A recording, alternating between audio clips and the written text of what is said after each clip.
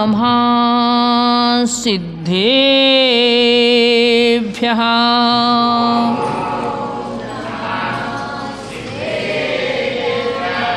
ॐ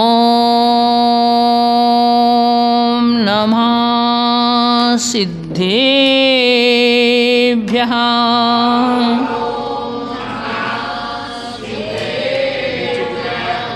ॐ नमः सिद्धेभ्यः।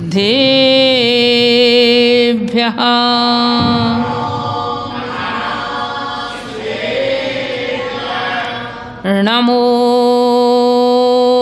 अरिहन्तार्णम्।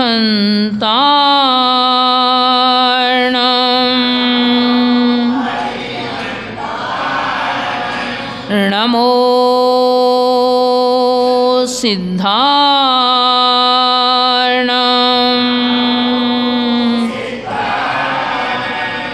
नमो आयर्यार्णम्।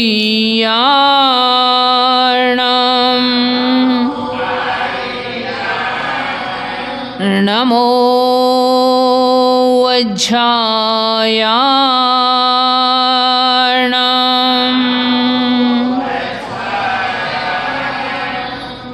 नमो लोये सब्बसाहूणम्।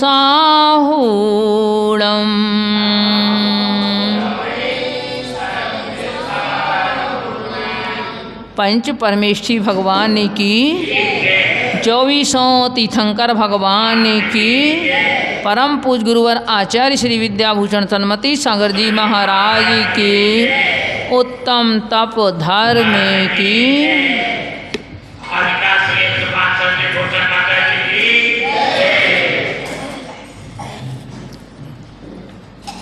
धर्म स्नेही बंधु, आज हम सभी धर्म के 7वें चरण में प्रवेश कर रहे हैं। विगत दिनों में हमने यह जाना क्या हमारा स्वभाव है और क्या हमारा विभाव है, कौन हमारे मित्र हैं और कौन हमारे शत्रु हैं, किनको हमें अपनाना है और किनको हमें दफनाना है। इसके विपरीत आज तक हम कहाँ असत्य के घेरे में बंधे रहे, असत्य को ही सत्य मान करके उस असत्य के मार्ग पर प्रवृत्ति करते हुए निरंतर चारों गतियों के दुख के भाजन ही बने रहे। पर्वराज पर्युषण पर्व के ये दिन आत्मविशुद्धि के पर्व हैं। पर्व तो बहुत होते हैं, राष्ट्रीय पर्व होते हैं, कुछ व्यक्तिगत नाम से जुड़े हुए पर्व होते हैं, कुछ हमारे सामाजिक पर्व हैं, किंतु यह पर्व राज हैं, यह पर्व नहीं पर्व राज हैं, सारे पर्वों के राजा हैं। यह पर्युषण पर्व ये खाने पीने के नहीं हैं, यह हमारे लिए मात्र पहनने ओढ़ने के, अच्छे दिखाने के, प्रदर्शन के पर्व नहीं हैं, किंतु यह पर्व आत्मदर्शन के पर्व हैं, आत्मविशुद्धि के पर्व हैं। और हम निरंतर इनमें चर्चा के माध्यम से, पूजन के माध्यम से, व्रत उपवास आदि के माध्यम से अपनी निरंतर आत्मविशुद्धि को वृद्धिंगत कर रहे हैं। जब हमें ये मालूम हुआ कि अभी तक जो कुछ हम करते रहे वो हमारे लक्ष्य के अनुकूल नहीं था, वो हमारे गंतव्य तक हमें पहुंचाने में सक्षम नहीं था, वह उससे विपरीत मार्ग है। तब हमने अपने आप को समझा, अपने आप को सोचा और समझने सोचने के बाद में हमने अपनी जो शक्ति थी, हमारी जो अंदर की ऊर्जा थी, उसको हमने बाहर जाने से रोका। जब हमें मालूम चल जाए कि हमारा इस कार्य में व्यर्थ खर्च हो रहा है, अपव्यय हो रहा है, तो समझदार व्यक्ति वही होता है जो उस अपव्यय को रोक ले। हम रोकते ही हैं। और अपने गृहस्थ जीवन में आप लोग यदि कहीं आपको लगे जिससे हमारा नुकसान होने वाला व्यापार में है, जिस व्यक्ति से हमारा नुकसान हो सकता है, जिससे हम धोखा खा सकते हैं, तो हम उससे बचने की कोशिश करते हैं। तो हमारा जो अभी तक पतन हो रहा था, वह हमारा पतन भोगेषणा, वित्तेषणा और यशेषणा, इनके माध्यम से हो रहा था। और इन्हीं के लिए या इन्हीं की पूर्ति के लिए हम क्रोधादि कसायों का सहारा ले रहे थे। कभी मायाचारी करते थे, कभी इनके लोभ में पड़े हुए थे, तो कभी हम इनकी जब पूर्ति नहीं होती थी तो हमें अहंकार आता, पूर्ति हो जाने पर अहंकार आता था और पूर्ति नहीं होने पर फिर हमें क्रोध आता था। ऐसी हमारी दिनचर्या अभी तक चल रही थी। किंतु अब हमने अपनी शक्ति को केंद्रित किया। पांचों इंद्रियों के विषयों में, जो पांचों इंद्रियों के माध्यम से हमारी शक्ति निरंतर बाहर की ओर प्रभावित हो रही थी, तो हमने उसके लिए रोका। और जब हम अपनी ऊर्जा का फिर केंद्रीयकरण करते हैं तो उससे एक वह उसमें विशेष शक्ति जागृत होती है। वह क्योंकि ऊर्जा जब एक तरफ एक इकट्ठी हो जाती है तो उसमें विस्फोटक शक्ति आ जाती है। जहाँ आपने चाहे फैक्ट्री हो, चाहे कहीं भी आपने देखा हो, वहाँ और किया जाता है। इस ऊर्जा का एकत्रीकरण करके पाषाण को भी पानी की तरह बहा दिया जाता है। पाषाण खंडों को, बड़ी बड़ी शिलाओं को टुकड़े टुकड़े कर दिया जाता है।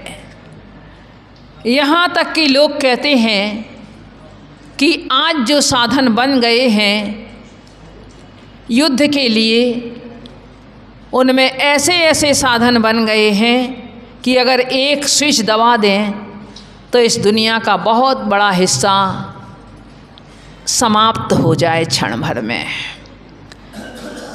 तो यह हमने बाह्य चीज़ों में हमने देखा कि यह किसका, ऊर्जा का ही मात्र प्रभाव है।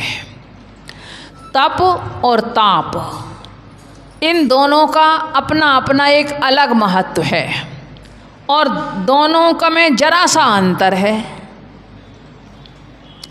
तप यदि हमारी आंतरिक शुद्धि करता है, आंतरिक विकारों को भस्म करता है, तो ताप बाहर के विकारों को भस्म करता है और ताप के बिना आपका कुछ भी काम नहीं चलता।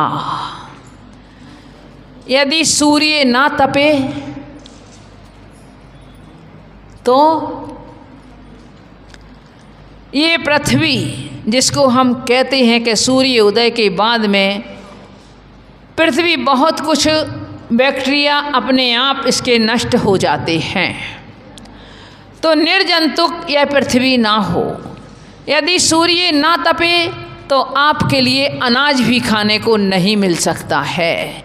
बस हमारे लिए यदि अनाज उत्पन्न करना है तो उसके हमें सूर्य का तपना जरूरी है।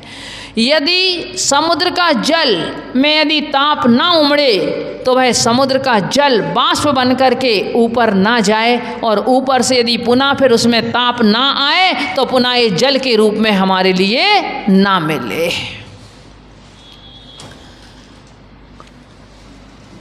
कैन कैन प्रकारेण हम ये देखते हैं कि ताप का अत्यंत महत्व है। हमारे शरीर में भी आप देखो, यदि ताप ना हो, ठंडा पड़ जाए शरीर तो क्या कहेंगे,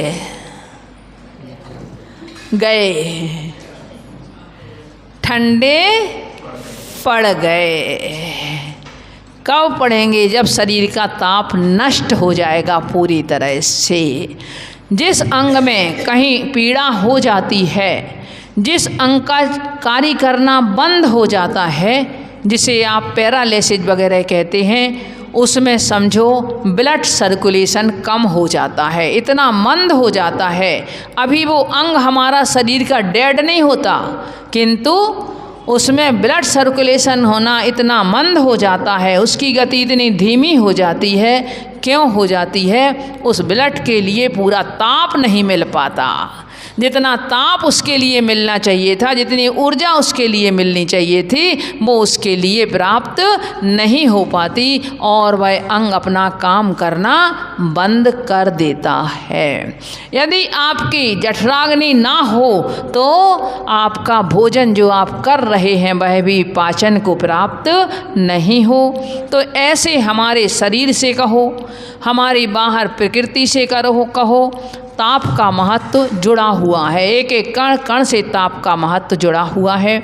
अब हम थोड़ा सा तप की ओर भी देख लें कि तप की भी हमारे जीवन में कितनी आवश्यकता है। तप्यते इति तपः, तप की परिभाषा करते हुए कहा कर्म क्षयार्थ्यम तप्यते इति तपः, जो कर्म के क्षय करने के लिए तपा जाए उसे तप कहते हैं। किसे?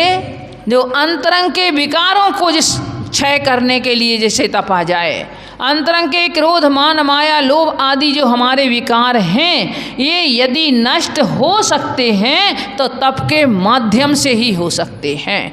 जिस समय आपके लिए कोई मान लो सामने गालियां दे रहा हो और आप उस समय बड़ी शांति का परिचय दे रहे हैं, आपके मन में भी कोई प्रतिकूलता पा कर के भी और आपके मन में यदि क्रोध उत्पन्न नहीं हो रहा है तो ये आपकी कम तपस्या नहीं है, ये आपकी तपस्या है। जिस तपस्या के बल पे आपने उस क्षमा गुण को प्राप्त किया है, वो समता आपके अंदर आई है, वो भी आपकी तपस्या है। तो इन क्रोधादि विकारों को यदि शांत किया जा सकता है तो किनके माध्यम से किया जाता है? तपस्या के माध्यम से। और तप के साथ में संयम तो रहता ही रहता है, बिना संयम के तप नहीं हो सकता। तो ऐसी यह एक ऐसी प्रक्रिया है कि जो हमारे अंदर के सारे विकारों को भस्म कर देती है। तप, उस तप के आचार्यों ने कहा कितने भेद हैं? उसके 2 भेद हो जाते हैं, अंतरंग और बहिरंग।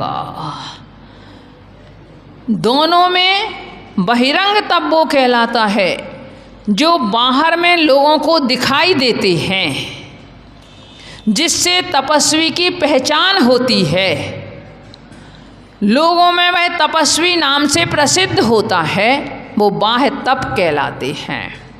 किंतु अंतरंग तप वो कहलाते हैं जो किसी के लिए दिखाई नहीं देते। अंदर ही अंदर वह साधक अपने विकारों को परिमार्जित करने का प्रयास करता है, वह अंतरंग तप कहलाते हैं। परंतु तप कोई भी हो, ये उस अग्नि के सदृश होते हैं। जैसे वह अग्नि सबको जला देती है, यदि सोना भी है और उस सोने के लिए यदि शुद्ध किया जाता है तो अग्नि में तपा करके ही शुद्ध किया जाता है। सिद्ध भगवान की स्तुति करते हुए पूज्यपाद स्वामी कहते हैं कि हे, जैसे योग उपादान के माध्यम से अर्थात योग कारणों के माध्यम से अंतरंग कारण के द्वारा जिस तरह से क्या किया जाता है, योग कारण के माध्यम से जैसे जो पाषाण युक्त सोना है उस सोने के लिए शुद्ध कर दिया जाता है, उसका पाषाण का हिस्सा उस सोने से अलग कर दिया जाता है। इसी तरह से बोले आपने हे भगवान, आपने अपने अंतरंग विकारों को उस भेद विज्ञान के बल पर अंतरंग उपादान शक्ति के माध्यम से आपने उन सारे कर्म परमाणुओं को अपनी आत्मा से अलग कर दिया था। जैसे उस सोने की गंदगी को दूर किया जाता है, तो सिद्ध प्रभु की स्तुति करते हुए कौन कहते हैं? पूज्यपाद स्वामी कहते हैं कि आपने भी उसी तरह से अपने अंतरंग के विकारों को नष्ट करके आज आपने उस सिद्ध अवस्था को, शुद्ध अवस्था को प्राप्त कर लिया है। एक बार की एक बात आई, आपको मालूम है कि अकबर और बीरबल के किस्से बहुत प्रसिद्ध हैं, है ना। अकबर ने कई बार ऐसे ऐसे प्रश्न किए किनको उनके उत्तर कौन दे पाया? कोई नहीं दे पाया, बीरबल दे पाए। एक और बात आपको बता दें कि बीरबल पहले हिंदू थे, जैन थे। जैनों के बीच में रहते थे। हरियाणा में जो बुढ़िया ग्राम है वहाँ के थे, और वो जगाधरी के पास बुढ़िया एक गांव है, उसके थे वो बीरबल जी। तो जैनों के संपर्क में थे, तो उन्हें जैन साधुओं से उनसे उनका सारा परिचय था। एक बार अकबर ने अपने राजसभा में कह दिया, बोले भाई